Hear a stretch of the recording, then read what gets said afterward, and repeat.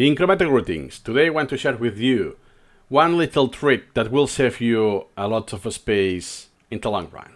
So let's take for instance this. It's free anatomy in the carb or, well, I want to use this picture, right? So you go Control F8. First you have the thumbnail, then it gets the picture, but, well, it's just an almond shell. And look at that, more than 12 megabytes. That's ridiculous, right? So what I will do is insert that.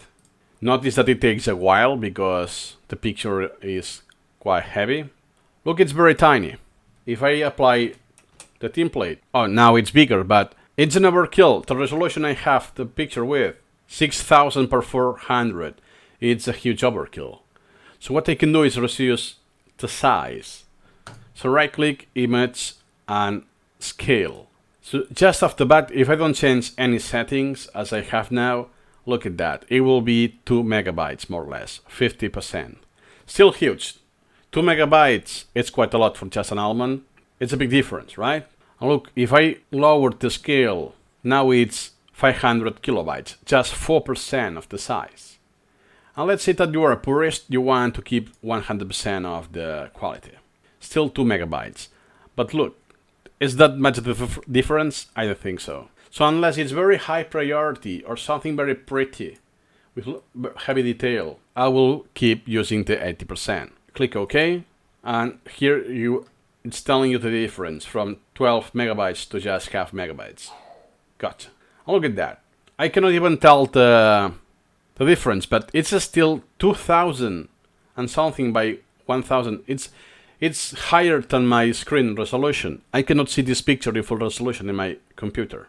So for me that will be enough, but you can go even further. Now, 100 kilobytes, the same quality. Look now, 1200 by 800. That's pretty good. The original resolution is higher than the displayed on the image component. And on top of that, you could have an auto hotkey script if you want to do this automatically. Let's say to resize half of what it is without changing any other setting. This doesn't make a difference, right? 12 megabytes versus 0.1. Now it's 0.1.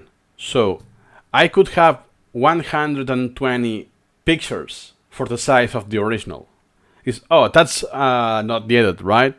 Because I never actually did that on Anki. But look, as the images are growing and growing, that will make a big difference.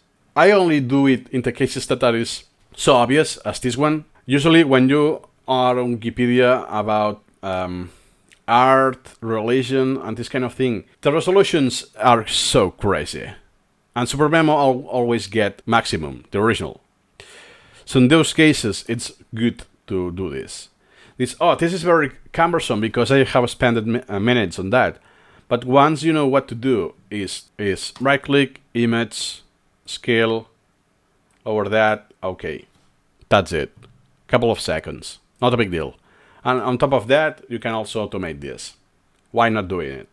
Also, if you are using a Git solution for backup, this will come in handy because you will be limited to 1 or 10 gigabytes. What I did on my Anki days, I think my craziest days, because I have deleted many stuff, if I accumulate, I merge all the collections, profiles called in Anki, I have more than 1.5 terabytes worth of pictures. Just pictures, no audios. I have kind of little audio now. All the text-to-speech, it gets deleted at some point. So obviously, I cannot get to 1 terabyte in SuperMemo. First, I won't because I'm reusing pictures thanks to the image registry.